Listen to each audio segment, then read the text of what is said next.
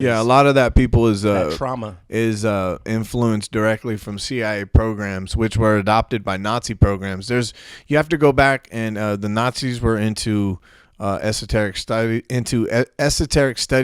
occultism, and during Operation Paperclip, which was the CIA at that time, the head of the CIA, in DC. The airport is Dulles Airport. Correct. Okay, that was the head of the CIA at that time. His last name was Dulles. I forget his first name.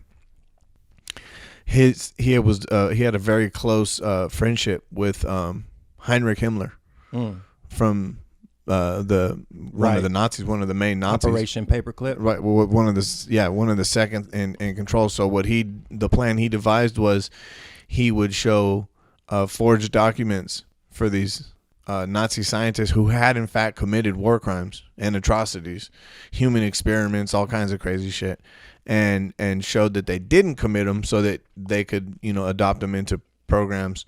Oh God, what is his name? Von Braun, or look it up. The head of NASA, the guy who started NASA for us, he was a Nazi scientist. A lot of guys.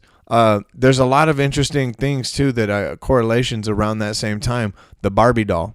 One of the main guys, one of the main Nazis, his name was Klaus, Klaus, Barbie, Barbie. Interesting. And the Barbie doll is blonde hair with blue eyes, right? Which was their depiction of the master race. Correct. And that came out at the same time.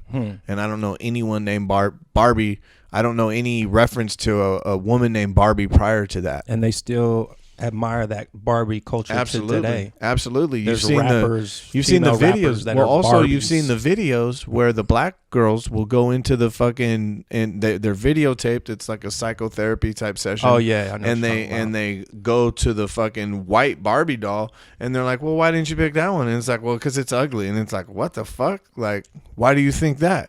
Well, because that's what's in society all the time. Kush and Chemtrails, the world's most dangerous podcast.